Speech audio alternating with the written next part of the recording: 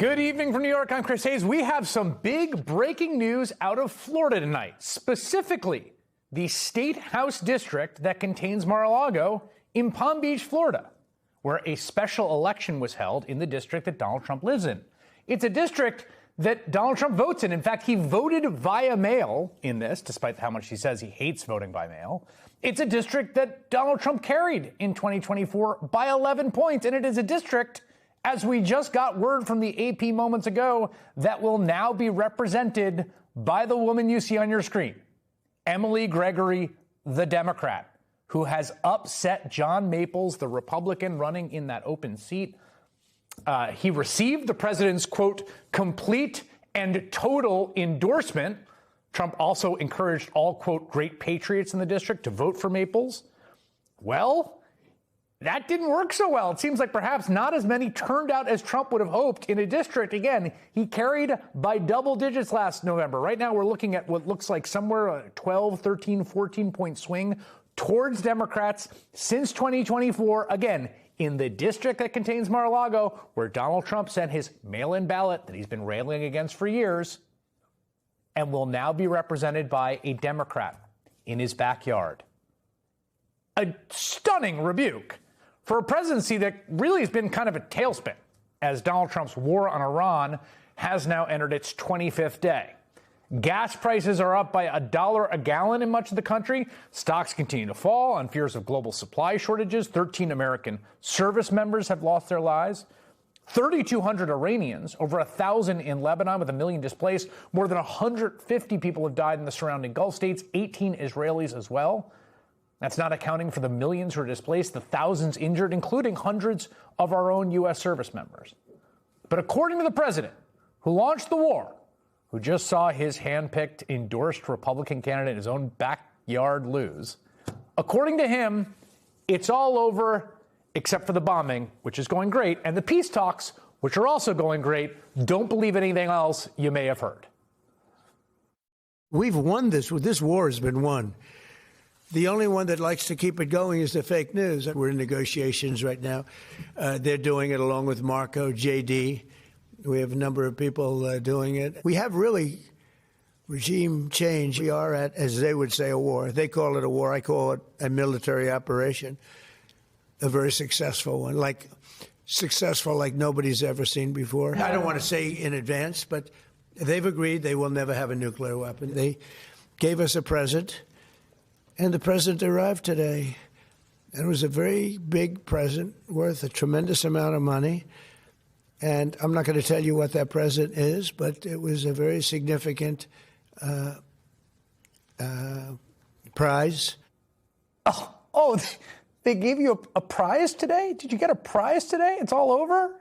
I half expected him to start riffing about how the way to bring the war to a conclusion was to put some UV light inside the body. Because that was Trump today, just all over the place, talking about the epic victories and the peace negotiations and the personal gifts and about how they've already agreed to all sorts of stuff already. When have they agreed to it? All completely counter to his posture over the weekend, of course, when he threatened to obliterate Iranian civilian power plants, essentially teasing a war crime, if Iran did not stop blocking oil tankers in the Straits of Hormuz, something Iran was not doing before Trump attacked them. But now he has supposedly pressed pause on that bombing plan for 5 days because he said the negotiations are going so well. In fact, they've already agreed to things. Did you hear that? Now, when he first said that, just before the close of business yesterday, it sent oil prices down by 10% and it boosted stocks. But those markets reversed themselves today after the Iranians said they have not engaged in any serious high-level negotiations with the Americans. They claimed Trump was making things up to help oil prices. The Israelis said the same thing. That's not to say you should take the Iranians' word for it or the Israelis, but neither should you take the White House's word, particularly when it's coming out of the mouth of the President of the United States. It is becoming increasingly clear that Donald Trump expected a fast and easy win. Another Venezuela, and he had no plan B. And now he is flailing to find some kind of fallback position. Just yesterday, the administration was leaking to Politico that they had their eyes on a future U.S.-backed leader of Iran, the Speaker of the Parliament in Tehran. In fact, one unnamed U.S. source who seems to really want a deal said, quote, he's a hot option, He's one of the highest, but we got to test them, and we can't rush into it. Let you guess who the unnamed source is who said it was a hot option. Today, that hot option, the Iranian parliament speaker, trolled Trump for what he called a jawboning campaign to stabilize oil prices, adding, quote, "Let's see if they could turn that into actual fuel at the pump or maybe even print gas molecules." Call it the fog of Trumpian war, a million contradictory messages flying around, constantly wildly pinging bits of news that don't make any sense together.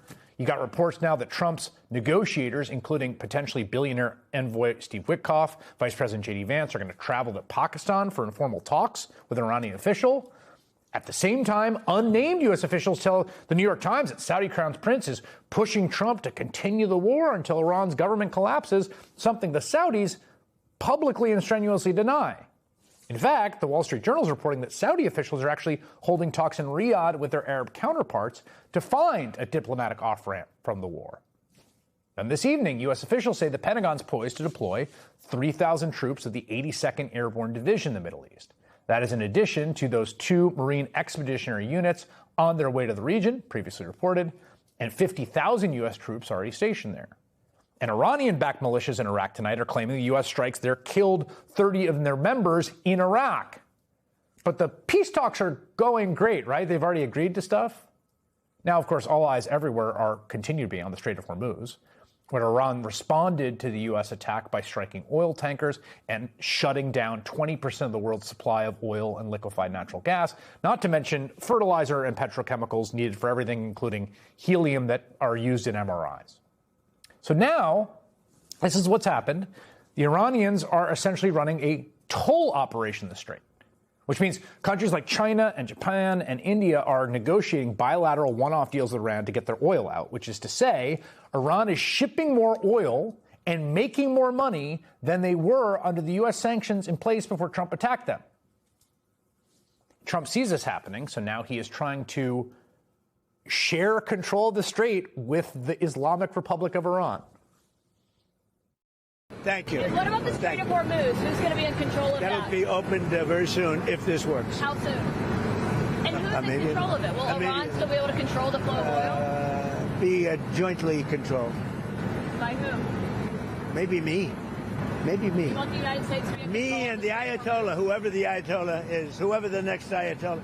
Look, and there'll also be a form of a very serious form of a regime change. Me and the Ayatollah, maybe we'll do it. We might do it by text or signal, or I might call him up. You know, should this boat go through, Ayatollah? And he tells me, and we go back and forth, and we decide. Me and the Ayatollah.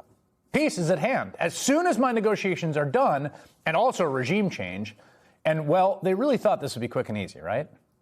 And why not? It worked before in Latin America, right? Everything we're doing, we're making great. The border is great. The military is great. We're having, by the way, a tremendous success, as you know, in Iran. We had one in Venezuela, and now we're having one in Iran. There it is. There it is. That's the tell, right? That's why we got here. Let's be clear about what happened. That's why we are here. That Operation Venezuela, which, again, was a remarkable operation on tactical grounds by the U.S. military, they thought it was going to be another Venezuela. They told themselves that. And I think they were egged on to believe it by the staunchest advocates of the war, like Israeli Prime Minister Benjamin Netanyahu and Senator Lindsey Graham.